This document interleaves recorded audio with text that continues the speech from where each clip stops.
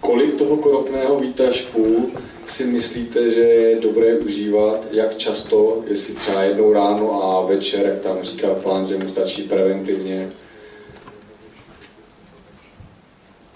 A jestli na ten konopný výtažek se používají výhradně rostliny, které jsou pěstovány outdoor, nebo jestli používáte, které jsou indoor.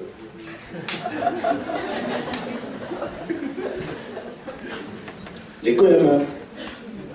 Well, outdoor, I've made medicine from both outdoor and indoor. Rick ten lék vyráběl jak z outdoorových, tak z indoorových. I do prefer to use, if you have a good growing season, I do prefer to use hemp that's grown outdoors. Pokud by je dobrá sezóna, tak dává přednost nebo raději používá konopí, který roste venku.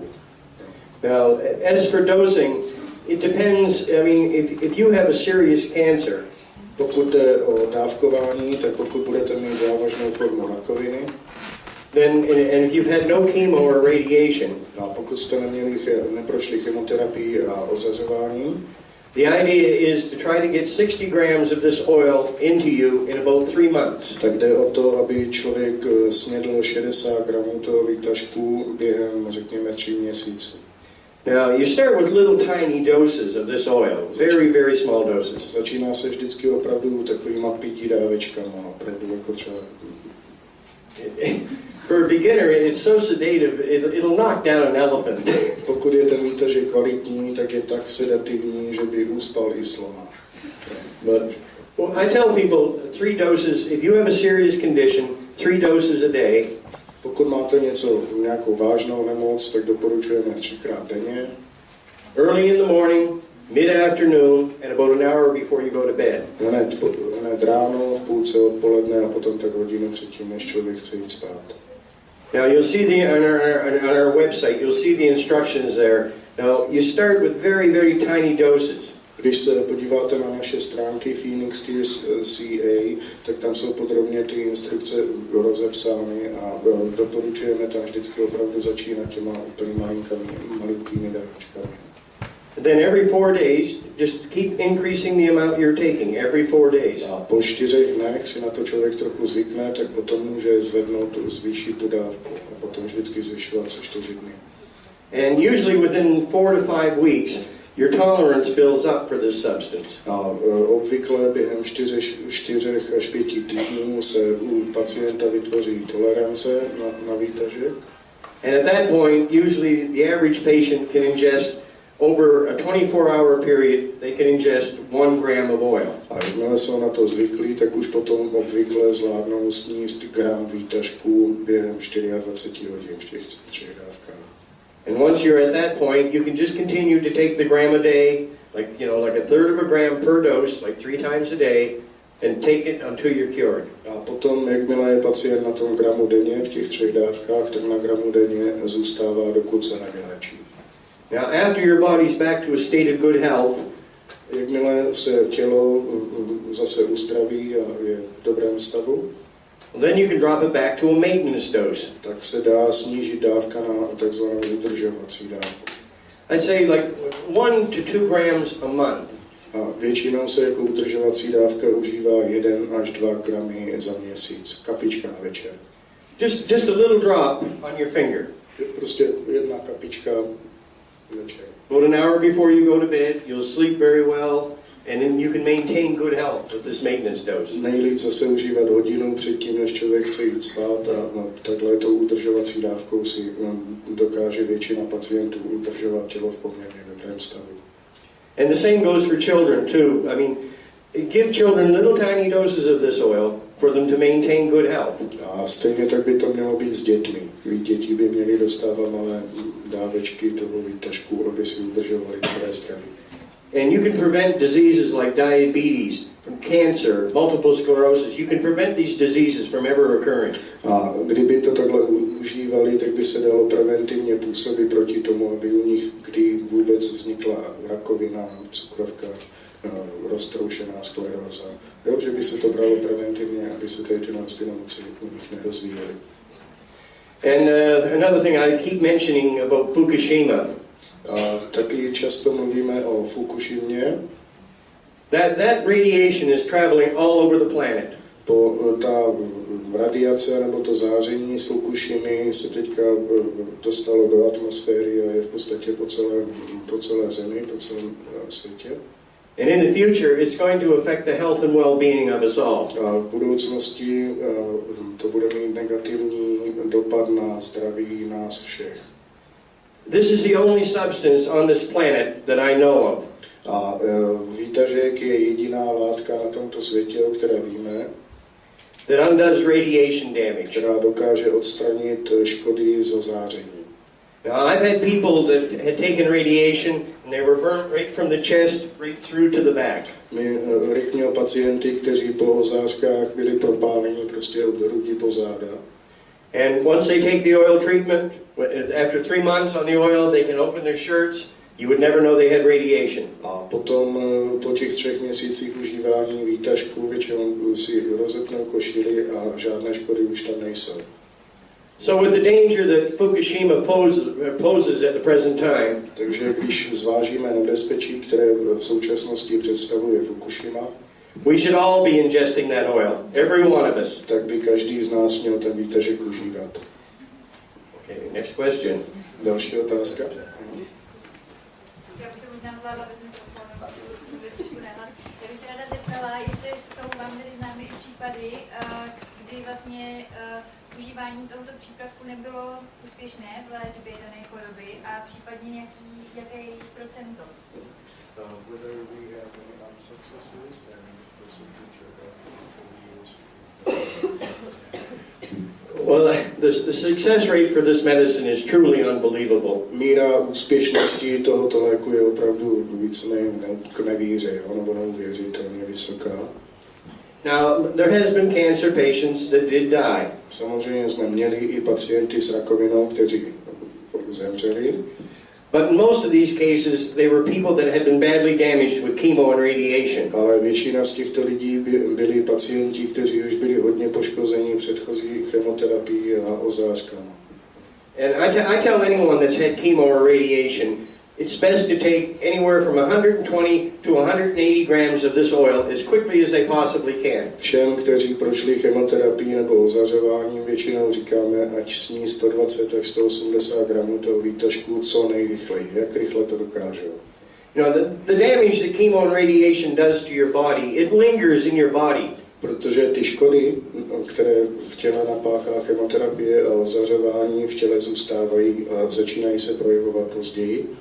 You know, I mean, a lot of people don't understand it, but like a tumor is just a side effect of an underlying condition within your body that's allowing your body to create these tumors. Většina lidí tomu moc nerozumí, ale nádor je v podstatě jenom projev nějaké další nekázně, která se děje v těle. Takže ideální je odstranit tu příčinu toho, proč ten nádor vznikl, ne jenom léčit nádor.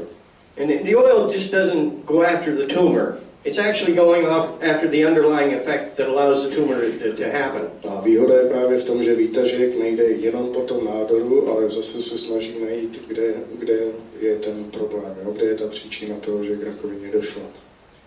So when you have an oil like this, you know, I always tell people, this oil promotes full body healing in all respects. Vždycky lidem říkáme, že ten výtažek podporuje celotělní hojení, nebo celotělní úzdravu ve všech aspektech nebo ohledech.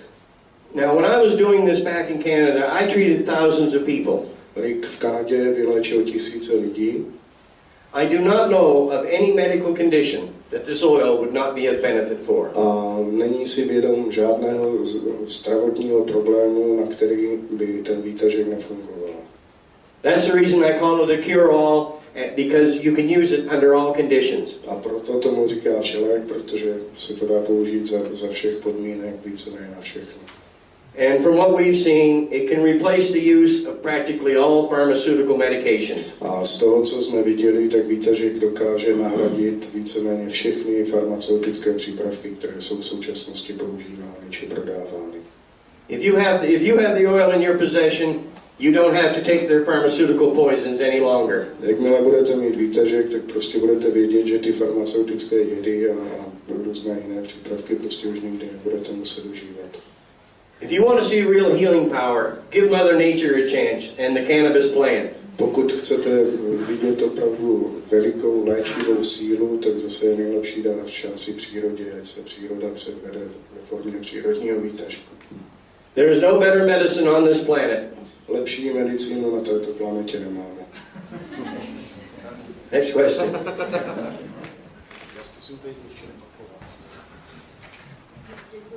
Můžu se zeptat, máte nějakého pacienta nebo nějakou chorobu, na kterou jste nejvíc pyšní, nebo ze které jste nejvíc rád, že jste vyléčil? If there's a patient or an illness which made you the most happy that you've cured it, if there was something. Oh, there's many. I've had so many different experiences with different diseases. It's just astounding what you witness when you work with this substance. Jo, těch případů bylo fakt strašně moc a těch nejrůznějších nemocí, na které to zabralo, bylo taky strašně moc. A když vidíte, jak to funguje, to léčení, tak je to vždycky prostě úžasný vidět.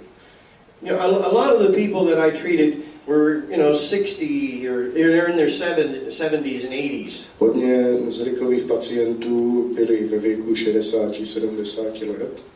And practically all of them, within a month, they would contact me and say, I feel 30 years younger. A víceméně všichni z nich mu třeba během měsíce volali a říkali mu, hele, já se cítím na 20, nebo já se cítím o 20 let mladší třeba. As we age, all we have to look forward to is pain. Jo, když stárneme, tak v podstatě každý z nás podvědomě tuší, že ho čeká akorát bolest. Arthritis, all of these horrible illnesses. Že dostane artrózu a spoustu dalších možných nemocí. So when you have a medicine like this, hemp oil is the greatest anti-inflammatory in the world. Takže když budete mít k dispozici lék, jako je výtažek, který je ten nejlepší protizánětlivý prostředek na tomto světě, there's nothing better for treating arthritis. Tak zase budete vědět, že třeba na léčbu artrózy není nic lepšího než výtažek. And all forms of chronic pain. This oil will kill pain that morphine won't even touch. Nebo třeba všechny formy chronické bolesti. Kvalitním výtažkem je možno léčit bolesti, na který je i morfín krátký. We've treated people with bone cancer that were screaming in agony. Léčili jsme lidi s rakovinou kostí, kteří prostě řvali bolestně. They had them on morphine and they had them all these opiate drips.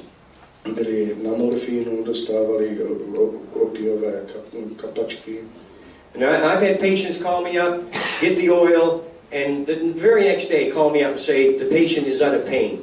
A hodně z jeho pacientů už třeba druhý den mu volali, že jsou bez bolesti. Že ten výtažek zabral lépe než morfín. So, where this plant is non-addictive, harmless, why should we be suffering? Takže když víme, že konopí je nenávyková rostlina, zcela neškodná, tak proč bychom měli trpět tím, že ji nemáme? We're human beings. We all deserve the right to grow that plant, and we deserve the right to produce the medicine ourselves, if we so choose. Všichni jsme lidské bytosti a každý z nás má právo si tuto rostlinu pěstovat a vyrábět si z ní výtažek. No government has the right to tell us we can't have this medicine because the pharmaceutical industry has to make money. A žádná vláda nemá právo nám říkat, že tento výtažek nemůžeme mít k dispozici, protože si nějaká farmaceutická společnost potřebuje vydělat peníze. This is a God-given plant, and I think it's just about time we all stood up and told our governments to get out of the way. We want the right to do this legally. Tady tu rostlinu nám dá Bůh a proto bychom se všichni měli postavit a říct vládě, že chceme ji mít k dispozici. And if somebody happens to overdose, well, all they're going to do is sleep a bit longer. A i kdyby se na tom výtažku výtažkem někdo předávkoval, tak jediné, co se mu stane, je to, že bude spát o něco déle. But it's the safety of this medicine that I look at as being so important. A ta bezpečnost výtažků jako léku je právě velmi důležitý aspekt, na který bychom se měli zaměřit. Now, even substances like aspirin, we all think aspirin's safe. I léky jako třeba aspirin, o kterém si všichni myslíme, že je to bezpečný lék. I mean, the sad truth is there's thousands of deaths every year reported from the use of aspirin. Smutná realita je taková, že na užívání aspirinu každoročně umírají tisíce lidí. I mean, all these chemicals and poison that the medical system are giving us, they all have a detrimental effect. Všechny chemikálie a jedy, které nám dává farmaceutický průmysl, mají škodlivé účinky. So, in many cases, it's just good advice to tell patients to stay away from the medical system because they're doing so much harm to them. A právě proto je momentálně často lepší říct lidem, ať k doktorovi prostě nechodí, aby jim doktor neublížil tady těmito jedy. Ačkoliv je to. And once you see what this medicine can do, there's really not much need for a doctor. A jakmile potom uvidíte, jak ten výtažek funguje, tak zjistíte, že nějaká větší potřeba lékaře již neexistuje, nebo že většinu věcí si můžete vyřešit výtažkem bez lékaře. Many people today, like, we've all been brainwashed into the thinking that, you know, we need to hear it from the guy in the white coat. Hodně z nás má záchnutý mozek a myslíme si, že o všem, co se týká zdraví, by měl rozhodovat lékař, nebo to, co nám řekne lékař, že je to správné. Now, I had a patient come to me quite a few years ago. He had 2 tumors, right here and here, and he had a big one right here in his neck. Před několika lety měl pacienta, který měl tady 2 nádory a tady na krku jeden takový velký.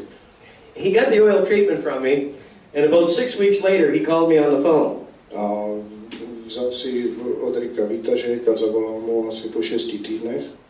He said the 2 tumors on my stomach up here were both gone. Říkal, že tady tyhle 2 nádory, které měl nad žaludkem, že jsou pryč. And the tumor that he'd had on his neck, it was down to about 1/10 the size it had been. A že ten nádor, který měl na krku, že se smrsknul asi na 10. So he tells me, he said, I'm going in to have a CAT scan in 2 weeks. A říkal Rickovi, že půjde za 2 týdny na CT scan. And I said, the only thing I could ask is, why? A tak Rick se optal, proč? He said, how will I know if the oil is working? A on říkal, jak já budu vědět, že ten výtažek funguje. Like, you know, people have to go in and hear it from the guy in the white coat before, I mean, they don't seem to be able to believe their own eyes. Jo, vypadá to, jako by lidi prostě nebyli ochotní uvěřit vlastním očím a vždycky to chtějí mít potvrzeno ještě od lékaře. So they go in and they take a CAT scan, which gives you a massive dose of radiation. Takže jdou a absolvují CT vyšetření, což znamená obrovskou dávku záření. To find out what they already know. Jenom proto, aby si potvrdili to, co už vědí. I mean, who would know better than the patient themselves about how well they're feeling or how much a tumor is shrank? They're the ones that have it, so who would know better than the patient? Kdo má vědět líp než ten pacient sám, jak se ten pacient cítí? And if you're feeling better, I don't think you need a guy in a white coat to tell you that. A pokud se cítíte líp, tak Rick si nemyslí, že potřebujete někoho v bílém plášti, aby vám řekl, že se cítíte lépe. You know, people have this idea that, you know, medicine is some deep, dark science that nobody can understand except these highly trained medical professionals. Lidi si často myslí, že medicína je nějaká temná věda, které nerozumí nikdo, kromě nějakých profesionálů a specialistů. But once you produce this medicine and use it the proper way, it takes all the mystery out of medicine. Ale jakmile si vyrobíte výtažek a začnete ho správně uvažovat, tak přijdete na to, že veškeré tajemství medicíny zmizelo. Now, I'm not saying we don't need doctors. No, neříkáme, že nepotřebujeme doktory. If we have a car accident or a broken leg, yes, we need somebody to fix us. Samozřejmě po autohavárii, nebo když si zlomíme nohu, tak to samozřejmě někdo musí dát dohromady. Now that side of medicine is okay. Tady tato stránka medicíny je podle nás v pořádku. But the other side of medicine, where they're giving us all these harmful substances and chemicals and poisons, that's what has to change. Ale co se musí změnit, je právě ta druhá strana medicíny a to, že se v medicíně používají jedy a nebezpečná pro zdraví nebezpečné látky a tak dále. Toto se musí změnit.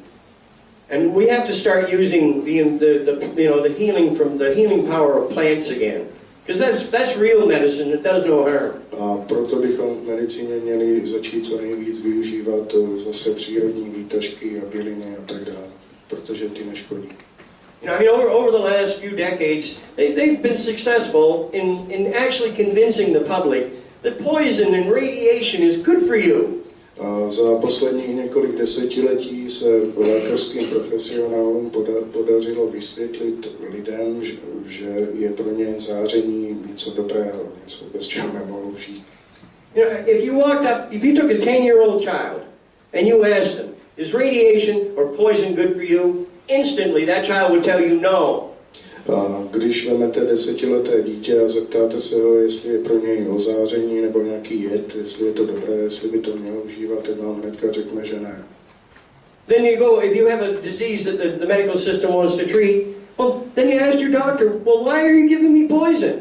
Tak potom běžte ale ke svému lékaři a řekněte mu, a proč mi dáváš jed?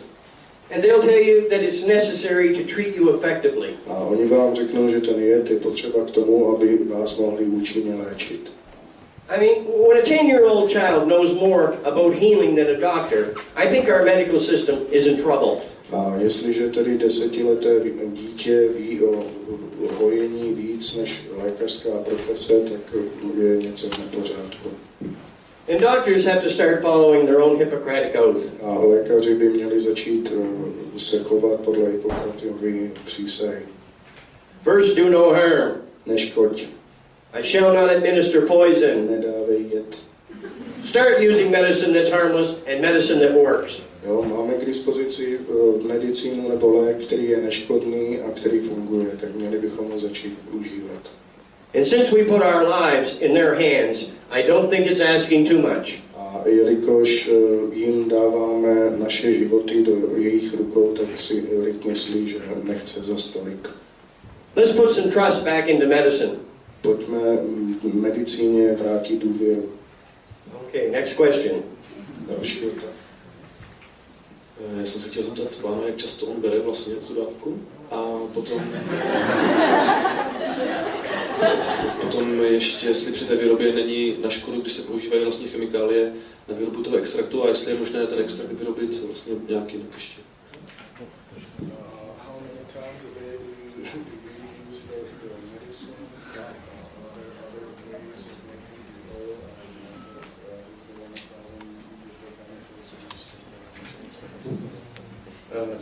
Well, I mean, in my case, if I have the oil in my possession, I like to take about 1/4 of a gram at night before I go to bed. Máme-li výtažek k dispozici, což také není vždy, tak si Rick dává nejraději něco jako 1/4 gramu na večer. And what it does, it allows me to live. See, I have post-concussion syndrome. My head rings 24 hours a day. Rick trpí postkomočním syndromem, po úrazu hlavy mu v hlavě píská 24 hodin denně, asi 90 decibelů. So the oil is the only substance I've ever seen that allows me to live with this. A výtažek je jediný lék, který kdy zažil, který mu pomáhá tady s tím stavem žít. If you don't have the oil, if you have something like I have, and if you don't have the oil, in time the noise will just drive you crazy. Pokud výtažek nebudete mít a bude vám zvonit v hlavě v takové hlasitosti, jaké to zvoní Rickovi, tak spousta lidí se z toho během krátké doby pomátne. And there's nothing they can do to help you. So the only medicine I've ever seen that helps people with this condition is the oil. A lékaři nemají k dispozici nic, co by tady s tím pomáhalo. A jediné, co na to funguje nějakým způsobem, tak je výtažek. Now, as far as making the oil goes, a pokud jde o výrobu výtažku, there's many different ways of doing it. Existuje mnoho způsobů výroby výtažku. You know, I mean, the solvents, I like to use benzene or naphtha. Jo, pokud jde o rozpouštědla, my rádi používáme technický benzín. But, you know, like 99% alcohol, ether, these are also good solvents. Dá se ale použít i 99% alkohol nebo éter. The only thing I found when you use alcohol, you'll usually get a bit darker oil. Jediná nevýhoda bývá ta, že pomocí alkoholu většinou bývá ten výtažek o něco tmavší, nebývá tak jantarový. Because the alcohol dissolves some of the chlorophyll off the plant material. Protože ten alkohol stáhne z rostlinného materiálu i chlorofily. But all the different solvents you would use, they're all poisonous. Ale všechna ta rozpouštědla, která by se používala, tak všechna z nich jsou jedovatá. But if the oil is produced properly, when it's done, it has the consistency of a thick grease. Ale když se ten výtažek připraví správně, tak ten finální produkt má konzistenci hustého maziva. Now, our oils have been tested by Dr. Lemire Hanoush. A naše výtažky jsme si nechali otestovat u profesora Hanuše. These oils that we produce, they usually run in the range between 97 to 98% pure cannabinoids. Většina těch nejlepších výtažků bývá 97-98% THC. Now, Dr. Hanoush has never reported that there was any solvent residue left in the oil. A doktor Hanuš nám nikdy žádný nenašel ve výtažku zbytkové rozpouštědlo, takže tento rozpouštědlo prostě není. But the simple truth is, even if there was a little bit of solvent residue left in the oil, ale věc je taky v tom, že i kdyby tam trošička toho rozpouštědla zůstala, the oil itself is so anti-poisonous, it would neutralize any harmful effects. tak ten výtažek má tak silné účinky proti jedům, že by ty účinky toho jedu dokázal zneutralizovat. So you don't have to worry about any problems with solvent residue. Takže nějaké zbytkové rozpouštědlo nebo potíže s tím, to si nemusíte dělat starosti. And another thing I would like to mention about this substance is that it has an extremely long shelf life. Další věc, která stojí za zmínění, je to, že výtažek má velice dlouhou trvanlivost. There's only three things that will affect the potency of this medication. Potenci nebo sílu tady tohoto léku dokáží ovlivnit pouze 3 věci. And those three things are light, air, and heat. Světlo, vzduch a teplo. So when I tell people, if you want to store this medicine for a long period of time, Takže když se někdo ptá, jak má výtažek skladovat, tak aby vydržel dlouho, just store it in a cool, dark place. Tak ten výtažek prostě skladujte v na temném, chladném místě. So that way you're not getting any heat or any light, and if it's in a good tight container, it's a thick grease, so the air can't enter it. Jo, takže pokud to bude ve správné nádobce, třeba skleněné, tak se do té pryskyřice se vzduch nedostane a tím pádem to bude mít dlouhou životnost.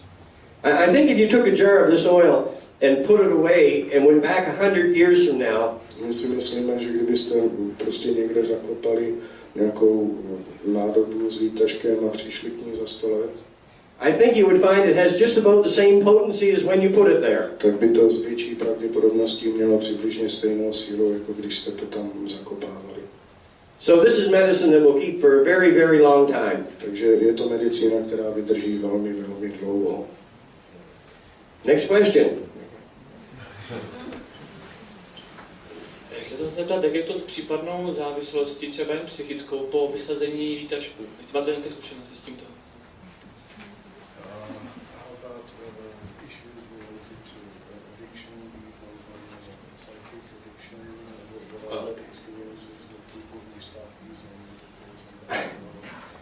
Well, there is no addiction to this oil. Na ten výtažek nelze vytvořit závislost. It's been scientifically proven that hemp oil or a smoking pot is not addictive. To, že užívání konopí je nenávykové, bylo již potvrzeno i vědecky. For something to be classified as addictive, it has to create a physical need. K tomu, aby něco mohlo být považováno za návykové nebo že se vytvořila závislost, tak by tam měla být tělesná fyzická závislost. But they've done scans on the brain. When they do brain scans, you can people that are abusing hard drugs or pharmaceuticals, you can see the damage that it does to their brain. Dělali se i skeny mozku u lidí, kteří užívali tvrdé drogy nebo tvrdá farmaka, a tam byla vidět na mozku, tam byly vidět prostě změny, které to způsobilo.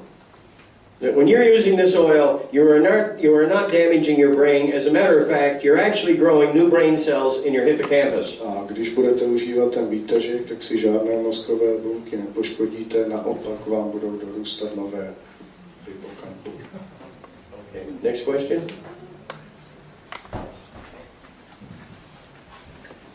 Dobrý večer, já bych se chtěl zeptat jenom vlastně, jak se k tomu pan Simpson, je to správně, vůbec dostal k té marihuaně.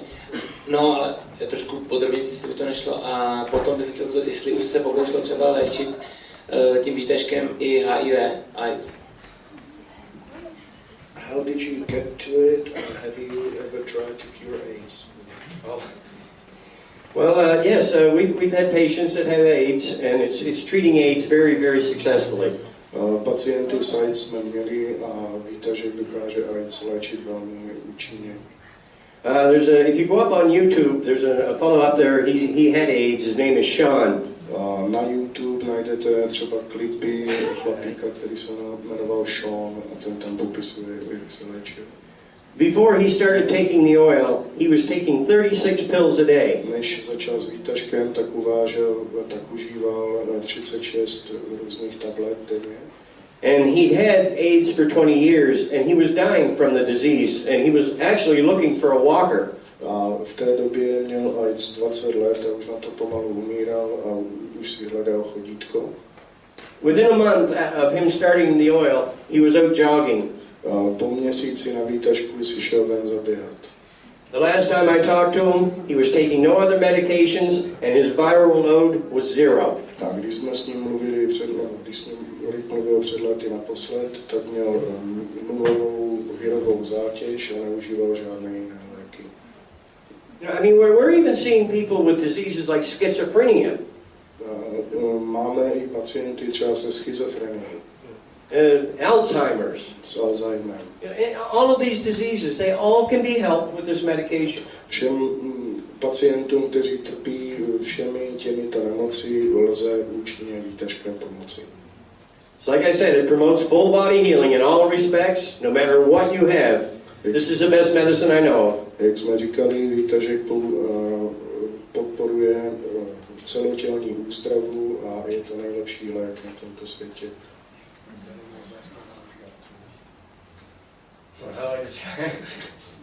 Well, I didn't, actually I can't claim that I really discovered the cure for cancer or anything like that. Jo, Rick nikdy neříká, že on objevil lék na rakovinu.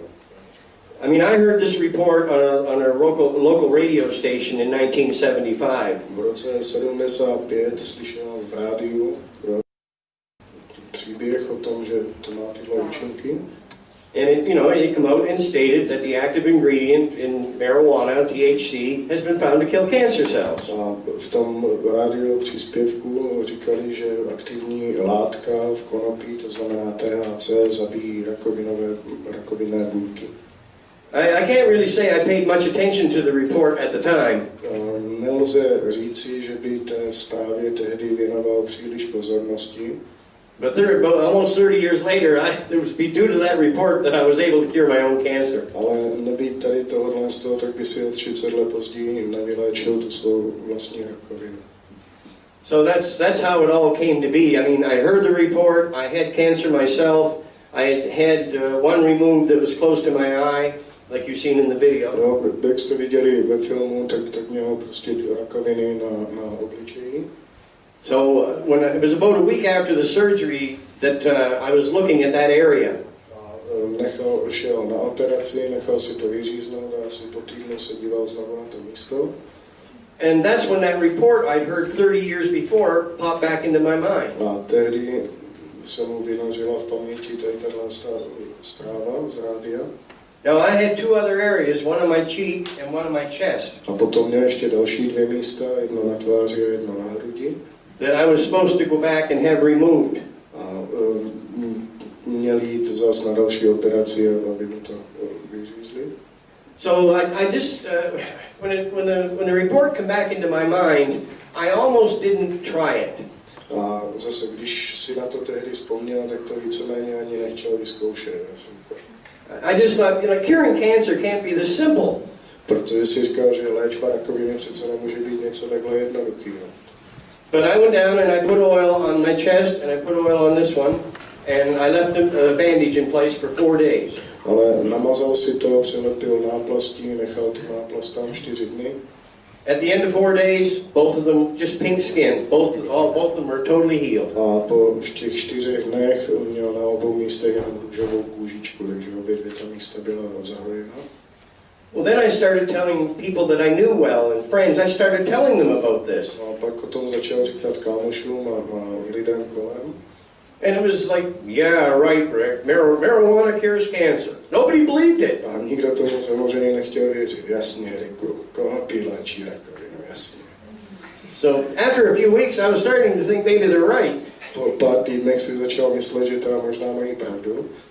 But then the cancer that they had surgically removed by my eye, it came right back. Ale pak se mu vrátila ta odoperovaná rakovina kůže. So I put the oil on a bandage. 4 days later, nothing but pink skin. A zase namazal, přelepil, za 4 dny vyléčeno. Now that was 9 years ago. I've never retreated them. To bylo před 9 lety a od té doby ta místa nikdy nepotřeboval znovu namazat. So I think I have every right to tell you folks that yes, there is a cure for cancer. Takže si myslí, že má každé právo vám říkat, ano, existuje lék na rakovinu, ale je to konopný výteček. And it's not just skin cancer, it's all forms of cancer. I do not know of any type of cancer that this oil will not work on. A není to jenom rakovina kůže, jsou to všechny ostatní typy rakoviny. Momentálně neví o žádném dalším typu rakoviny, na který by ten výtažek nebyl účinný. You know, I mean, it'll heal 3rd degree burns in no time. Dokáže během krátké doby zahojit popáleniny 3. stupně. It's a natural anesthetic and it's also a natural antibiotic. Je to přírodní anestetikum a přírodní antibiotikum. You put that oil on a severe burn. Ten výtažek namažete výtažkem těžkou popáleninu. In a couple of minutes, the pain's gone. A během pár minut to nebolí. And the 3rd degree burn will heal in no time, leaving no scars. A popálenina 3. stupně se zahojí během krátké doby a nenechává po sobě, nebo nezůstávají tam žádné jízdy. Why aren't the burn units in our hospitals, why aren't they using this substance to heal children that have been severely burned? Tak proč tady ten výtažek nemají lékaři na spáleninových jednotkách, proč ho nepoužívají při léčbě popálených dětí? I mean, my right hand was severely burned. Rick si třeba hodně škaredě spařil tady tu pravou ruku. And when I say severe, I mean severe. Takže tam měl opravdu těžké popáleniny 3. stupně. Like, it was hanging in gobs. My hand was hanging just in great big gobs. Jo, tak to všechno to maso spálený, prostě jenom tam viselo, nepoužitelný.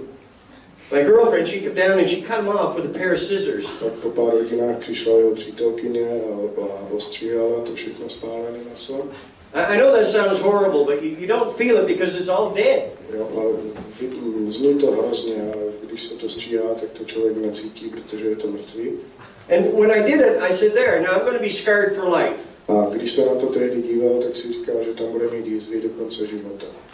11 days, totally healed, not a scar. Po 11 dnech se mu to naprosto zahojilo a nemá tam jedinou jízvu, jak můžete vidět. If it'll regrow my hand, could you take a child or somebody that was severely burned and possibly regrow their face? I think you could. Jestliže mu to dokázalo znovu, jestliže mu potom znovu narostla kůže i maso na ruce, dokázalo by to podobně fungovat na něčí tváři spálené, pravděpodobně jo. Even the hair follicles of my hand grew back. A narostly mu tam i chlupy, což víte po spálení na So believe me, when this medicine becomes recognized, it's going to change the face of medicine forever.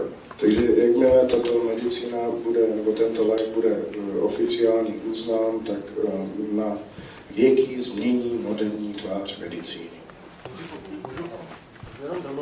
Přece jenom my jsme značnou část noci strávili tím, že se objevily pochybnosti ze strany třeba medicínské obce, která s námi seděla. Ta hlavní výtka byla směřována k tomu, jakým způsobem se o výtažku mluví. Nemáte obavu, že tady tou rétorikou, která nedůvěřivým Čechům se zkušeností s teleshoppingem může přijít prostě trošku za hranou? Nemáte obavu, že se tomu hnutí třeba i uškodí?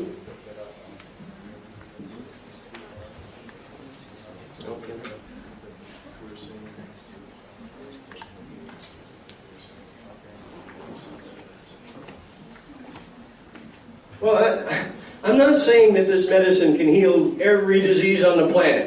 Jo, neříkáme, že výtažkem vyléčíte naprosto úplně každíčkou nemoc na této planetě, kdo ví. But to the best of my knowledge, it helped people that came to me, there was thousands of people, and they had hundreds of different conditions.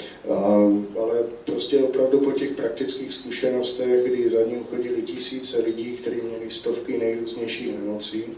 You know, I'll just take one patient I'll mention. Jo, budeme mluvit třeba o příkladu jednoho pacienta.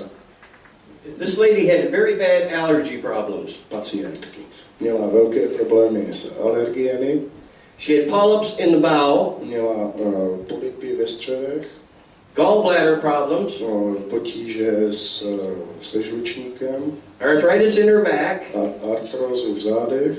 And she had a cyst on her ovaries. A cystu na vaječníku. In 3 months, she had nothing. A po 3 měsících neměla nic z těchto potíží. So I mean, when you have a medicine like this that works on all of these different conditions, you know, people seem to be offended by this term cure-all. But what else could you call it? A máte-li teda medicínu, která funguje na tolik různých nemocí, tak dobře, někomu to připadá zvláštní, tomu říká všelek, ale jinak tomu chcete říkat. And I openly challenge the medical system. Show me something that you use that is better than this. Show it to me. I want to see it. A otevřeně vyzývá lékařský systém, ať mu ukáže cokoliv, co by fungovalo líp než ten výtažek. Opravdu bychom to chtěli vidět. They can't show it to us, and the reason is that all they give us is trash, and they call it medicine. A nic lepšího nám ale ukázat nemůžou a jediný důvod je, protože prostě používají věci, které by používat nemuseli. Chemicals and poison are not medicine, but the hemp plant is. Chemikálie a jedy nejsou medicína. Konopí je medicína. And I'm saying this to everyone here. If you have a loved one that's sick or dying and can't be helped, říkáme to vždycky všem. Budete-li mít někoho, koho máte rádi, kdo bude umírat a nejde mu pomoct, get them on the oil. tak dejte jim výtažek. I have seen people that were given 24 hours to live, come right off their deathbeds. Viděli jsme lidi, kteří měli kterým se dávalo 24 hodin života, kteří prostě povstali ze smrtelné postele. And that's what's important, you know, like when I look at, most of you folks are young. This is knowledge that's going to change your life. Většina z vás jste mladí a tady to, že o tom víte, už o výtažku, to vám poměrně značně změní život. If you have a child or a loved one that's suffering, now you have a way that you can help them. You can help them yourself. Teď, pokud někdo z vašich blízkých trpí, tak vy už teď víte, jak jim pomoct, jak jim můžete sami pomoct.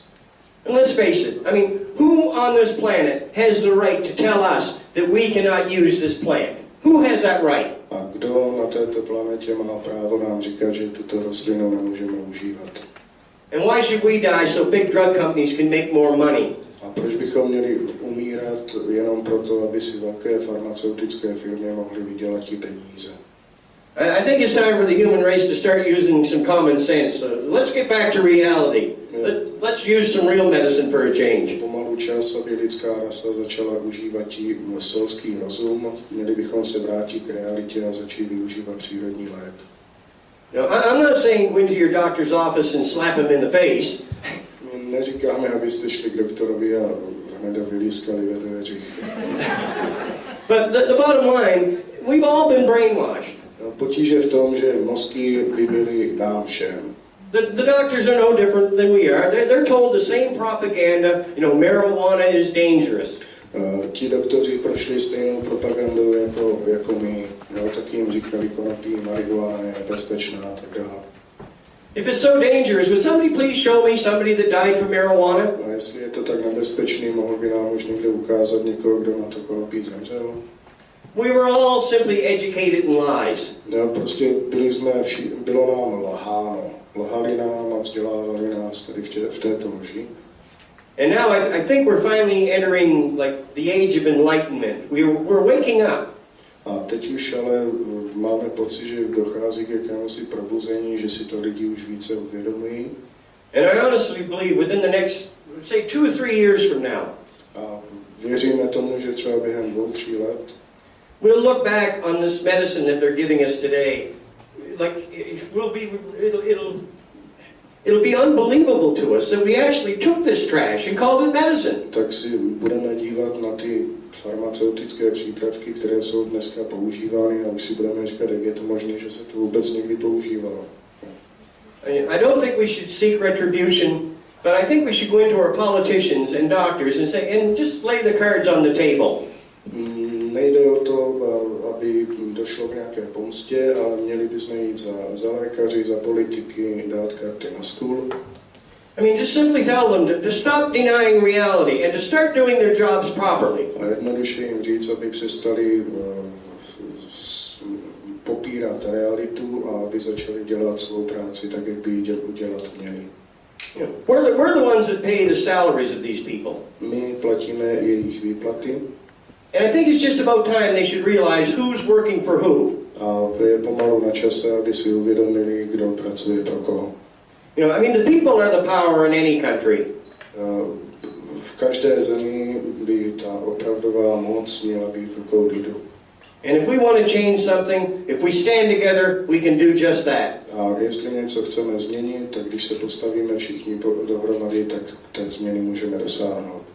And I would love to see the Czech Republic be the first country in the world to recognize this substance. A Rick by byl velmi rád, kdyby Česká republika byla první země na světě, která tady tuto medicínu oficiálně uzná. And maybe that'll happen. A možná se to stane.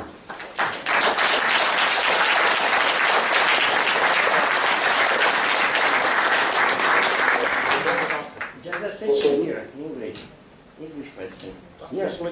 Hi, Rick. We are not stupid people here. We are speaking English, so that is there any chemical formula to compare it with helm or oil? If you can determine some chemical formula, what is it? Cannabis chemically. Složení výtažku. Já jsem se taky chtěl zeptat, jestli výtažek je čistě jako THC, nebo jestli je to víc kanabinoidů dohromady jako soubor. If we could speak about the chemical composition of the oil, whether it's only THC or whether there's some other cannabinoids. Well, right now, at present, they're still researching this. Toto se stále ještě zkoumá. Now, the last count that I actually heard, I believe they said that they figured there was 108 active cannabinoids.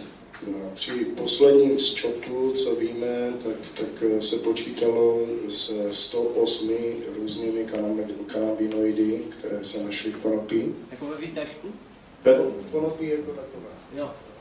But they also said there's probably still more that they haven't discovered yet. Ale pravděpodobně budou ještě další látky, na které ještě nepřišli, na to, co tam všechno je. But in reality, it's the interaction of these different cannabinoids that cause the healing effect. Ale ty léčivé účinky jsou vyvolány právě tou interakcí, kombinací působení těch kanabinoidů. You see, the problem is there's thousands of different varieties of hemp right now. Existují tisíce různých odrůd konopí. And the medicinal values from one strain to another, they vary. A ty léčivé hodnoty se prostě u každé odrůdy, každá odrůda léčí něco jiného. Now, like the heavy sedative indicas, I found that practically all of them are very effective in the treatment of cancer. A všechny ty velmi sedativní indiky, se kterými jsme pracovali, tak všechny tyhle indiky fungují skvěle proti rakovině. But there are strains that are better for killing pain. Jo, ale existují odrůdy, které jsou třeba lepší proti bolesti. Or lowering ocular pressure for people with glaucoma. Nebo na snižování nitroočního tlaku pro lidi s glaukomem. Or controlling blood sugar for diabetics. Nebo hladiny cukru, což se hodí diabetikům. This is where we need the research. We need to know what strains work the best for what conditions. A tady proto je potřeba výzkumu na to, aby se vědělo, která vlastně odrůda na co funguje líp. Or what combination of different oils from different strains work the best. Nebo která kombinace výtažků z různých odrůd na to bude fungovat nejlíp. Now, when I was producing the oil in a big way, když Rick vyráběl výtažek ve velkém, I would often mix 4 different types of oil together. Tak velmi často vyrobil výtažek třeba ze 4 různých odrůd a pak ho smíchal dohromady. And it creates more of a blanket effect. Tím pádem je tam taková větší záběr. Jo, že když nevíte, co tam je, tak když tam dáte 4 různý, tak to tam něco z toho zabere. So like one oil can be good for all these different conditions. Jo, jeden výtažek, ten smíchaný, potom může být dobrý na všechny tyhle nejrůznější zdravotní potíže. But soon now, like once there's a lot of research projects underway, like in Israel and different countries are looking into this now. Tady ty výzkumné projekty už se rozjíždějí v nejrůznějších zemích. So I think in a very short time we're going to be getting a lot more information about this subject. Takže velmi brzy budeme o tomto vědět mnohem více, než víme teď. And in the future, that's what I would like to do. I would like to set up a breeding program to stabilize strains with known values. A to je to, co bychom chtěli udělat v budoucnosti, abychom se mohli věnovat pěstování daných odrůd, které budou dělat to, co po nich potřebujeme. You know, if we could go into one of these old military sites here in the Czech Republic, kdybychom dostali třeba k dispozici nějakou vojenskou základnu, grow these different varieties of hemp under controlled circumstances. Tak, aby jsme mohli v kontrolovaném prostředí pěstovat tyhle odrůdy konopí. Now we could do all of this research while we're healing the people. Tak bychom veškerý ten výzkum mohli udělat a mezi tím, když bychom ho dělali, tak bychom ještě léčili lidi. So maybe the Czech government one of these days, maybe they will do something like this, but this is what we need. Jo, možná to česká vláda někdy takhle udělá, ale to je to, co bychom teďka potřebovali.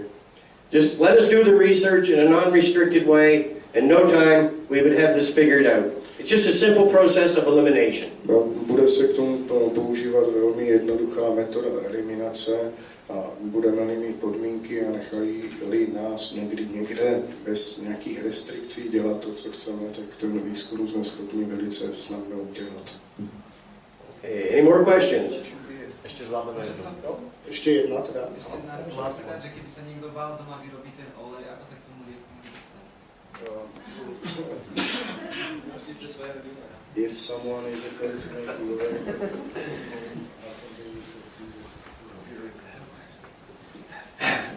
well, that's one of the biggest problems today. To je jeden z největších problémů, který dneska máme. You know, I mean, there's thousands, tens of thousands of people all over the planet producing this oil. Víte, že po celém světě vyrábí desetitisíce lidí. But whose oil can you trust? Ale výtažku od koho můžete věřit? Komu můžete věřit, že to je to správně? So I always tell people, at present, until we get some standards in place. See, there's no standards yet. Proto lidem říkáme, taky díky neexistenci nějakých standardů a norem a podobně, proto lidem říkáme, aby... So when you buy oil from a supplier, you don't know what you're getting. Aby si ho vyrobili sami, protože když to kupujete od někoho, tak v podstatě nevíte, z čeho to bylo udělané, jaký to je, co v tom je a tak dále. So at present, it's really best if you can produce your own medicine. Takže momentálně v daném stavu okolností je opravdu nejlepší si ten výtažek vyrábět sám. It may seem a little scary to some, but in reality, once you do this a couple times, it's no harder to make this medicine than it is to make a cup of coffee. Anybody can do it. Na poprvé to vypadá fakt divoce, ale až párkrát ten výtažek uděláte, tak přijdete na to, že je to přibližně tak složitý, jako udělat si kafe. If somebody like me can do it, so can you. Když to dokážeme my, tak to dokážete vy. Já jsem se chtěl ještě zeptat, jestli podobných výsledků jde dosáhnout konzumací jiným způsobem, nebo jestli ten jako máslo třeba dobře udělaný, jestli po delší dobu bude mít stejné výsledky jako kouřením třeba, to je jasný, že tam ta inhalace... of the cannabinoids. Well, yes, I mean, you can take this oil and mix it with anything. Ten výtažek se samozřejmě dá smíchat s čímkoliv. Skin creams, suntan lotion. Do krému na opalování, krémy na tvář. Anything like that. It does wonderful things for the complexion. If you can put the thing from the wheat, you know, the wheat you can mix with the fats, you know, and you can make a butter and eat each morning and each evening 1 spoon of butter. Would you think that it would work similar? You have to use it longer and Jestli by stejně fungovalo, kdyby se výtažek jedl smíchaný s máslem, nebo jestli konopné máslo.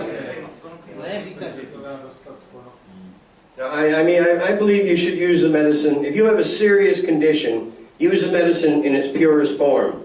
But for like skin conditions, you could do an olive oil extraction and use it for skin conditions, psoriasis. It'll work. It'll work wonderfully.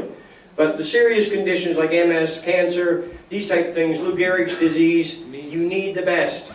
Na léčbu závažných nemocí vždycky chcete to nejčistější, nejkoncentrovanější a podobně. Na léčbu nejrůznějších kožních nemocí, lupenky a tak dále se leckdy dá udělat i jiná forma extrakce, třeba do olivového oleje a tak dále. Ale vždycky čím silnější, čím účinnější, tím lépe pro pacienta. To asi bude vše. Čas se nachýlil, já jenom upozorním, že festival nechce předvádět žádné instantní pravdy a že tady toto je jeden z názorů, který tady zaznívají po celou dobu festivalu a že včera třeba proběhla debata, která měla mnohem členitější průběh, takže jenom tady toto je statement festivalu, chceme předvést hned několik názorů. Tak, a děkuji Rikovi.